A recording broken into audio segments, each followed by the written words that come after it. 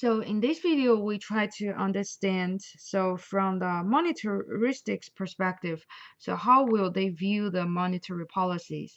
So first of all, they are not care about interest rate for sure. So the King's model, change in the money supply, affect the macro outcomes primarily through changes in the interest rate. However, what monetaristic propose is totally different. So they has an alternative view which state that a monetary policy isn't an effective tool for fighting short-run business cycles, but it is a powerful tool for managing inflation. So how so? So what they believe is the real output level are not affected by monetary policy. Only the price level is affected by federal policy. Do you remember in the previous chapter when we look at the monetaristic perspective? So they propose that the monetary uh, demand curve, the supply curve, sorry, the demand curve is horizontal. The supply curve is a vertical line. So no matter how you're gonna changing the policies, it will just shifting the price level up and down. So that's why they think the monetary policy in the long term only affect the price level. So they say monetary policy is not effective for fighting recession, but it's a powerful tool for managing inflation. So when we have inflation, so we should be using monetary policy. So that's what they propose. Let's look at detail. So if they are not talking about interest rate, so what are they talking about? So this is the model they are studying. So the equation of exchange is expressed as MV equal to P times Q. So what is MV? What is M? What is V? What is P? And what is Q? So P is the total spending. The total spending is the price, which is P times quantity Q. So P times Q on the right hand side is the total spending. P is the price level, and the Q is total quantities consumed by the nation. And so this has to equal to the M, which is the money supply, times the velocity of of its circulation V. So M is money supply, which it can be controlled by the government, and V is the velocity of the circulation. So the velocity is the number of times per year on average that a dollar is used to purchase final goods and services. So how to interpret the velocity?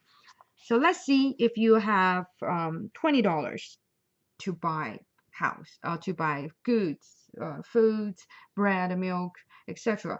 So you went to a local grocery store, let's see, and you went inside to give the owner $20 to buy the goods. So what does that mean? So you own the goods and the owner of the grocery store own the $20. And then, so this is one transaction happened. So then the owner said, oh, I have $20. I'm going to go to McDonald's to buy some lunch. And so he went to a McDonald's to pay $20 to buy the lunch. So this happened twice, two transactions so far. But at this point, and me own $20, the owner owned $20, and then total together we have $40. So which means during this whole transaction, so velocity will be equal to 2 and the money supply is 20. So the total spending is 20 plus 20, 40, or 20 times 2, the money supply times 2 transaction equal to 40. So that is how it works. So total spending equal to money times the velocity of its circulation. So that's the model they're using.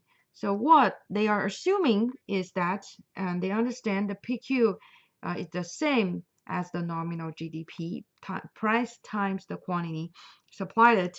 So the quantity of the money in circulation and the velocity, and with which it changed hands, will always be equal to the value of the nominal GDP, just like the example I just give to you.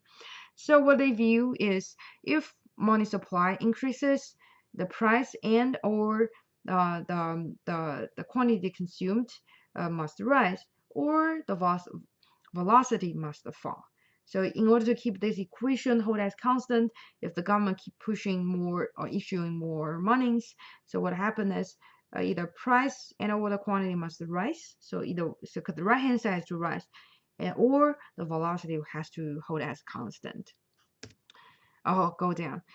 So actually, in the monetaristic view, so they are assuming the velocity is stable. So that makes sense. And so once the transaction method intervened, so the speed of the transaction shouldn't change too much. So that's why they assume the velocity is a constant.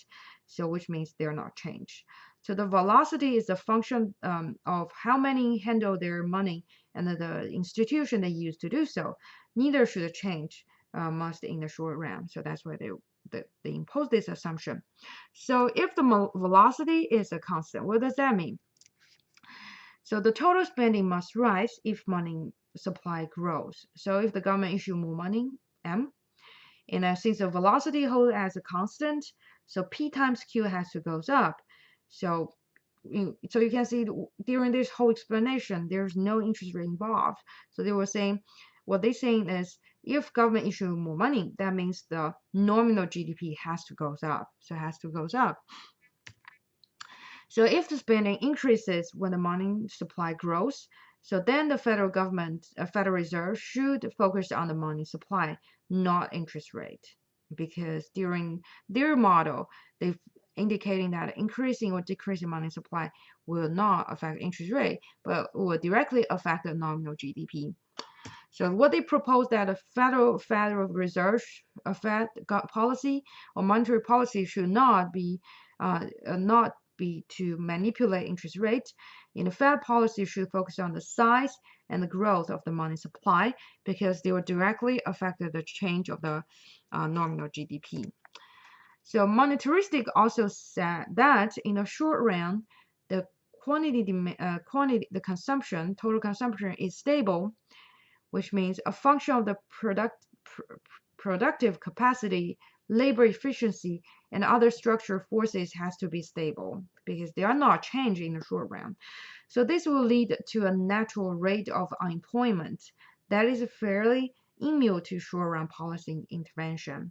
So what do I mean by natural rate of employment? So that is the long-term rate of unemployment determined by the structural forces.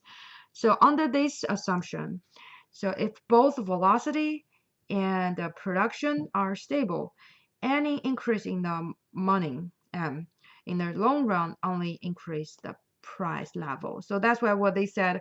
So the monetary policy will only be very useful when we are trying to reduce inflation, which means if we reduce the money supply, so since the velocity and the Q are the constant, so the only thing will decrease will be the price level. So that's why if price rise, cost of the production will rise also. So there is no profit incentive to increase Q. And any increase in aggregate demand directly increase the price level. So that's explain why they believe that if we increase in the money supply, it will only affect the price level instead of changing the aggregate demand. So it only increasing the price level.